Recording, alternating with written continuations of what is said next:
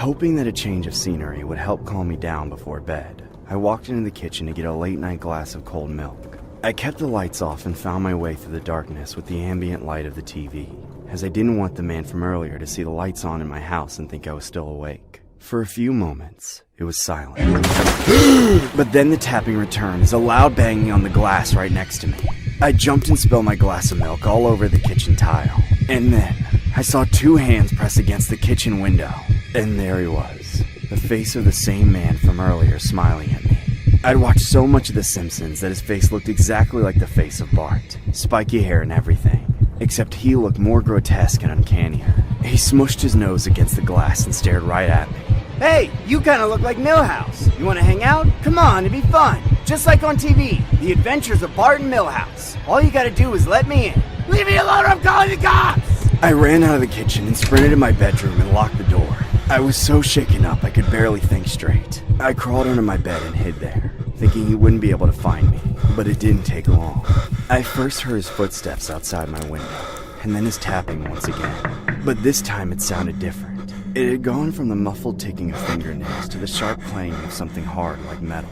I never looked, but it must have been a knife. Psst, Alex, you still there? Let me in. I just want to play. Open the door, Alex! I ran out from under my bed to grab the phone from the kitchen and called my parents. Mom, there's a man outside the house and he won't leave me alone. Please come home. Unfortunately, there would have been no way for my parents to get home soon enough. My mom said she would call the cops and told me to hide until they arrived and to not make a sound. I listened to her every word and hung up the phone. I ran down the hallway and crawled under my bed. It was there that I waited for what felt like an eternity before the cops finally came. Of course, the creep was gone by then. There was no sign of him except for a crack on the kitchen window. I still don't want to think about what would have happened if he got in, especially after I saw him a few months later on the TV. Except it wasn't on The Simpsons, but To Catch a Predator. Can we just get to what? What was your plan here tonight? I was just gonna drink and hang out and watch some DVDs, and that was it.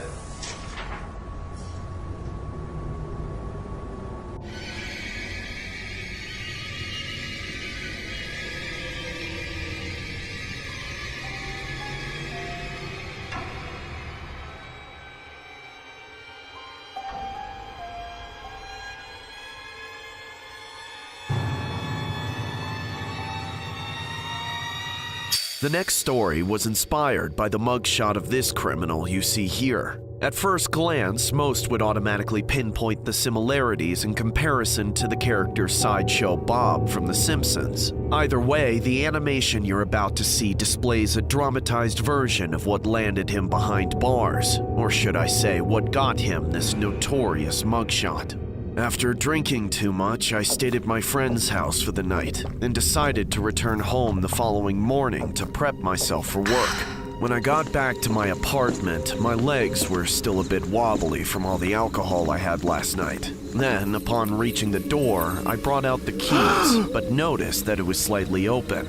I gently opened the door and entered the unit, where all of my things were in disarray. The TV was smashed, the sofa overturned, vases shattered, and the contents of my fridge coated the wooden floor panels, making it look like abstract art. Moments later, I heard a noise coming from the bedroom, and it sounded like people rummaging through my stuff. Hence, I crept as quietly as I could, wishing dearly that my hunch was wrong.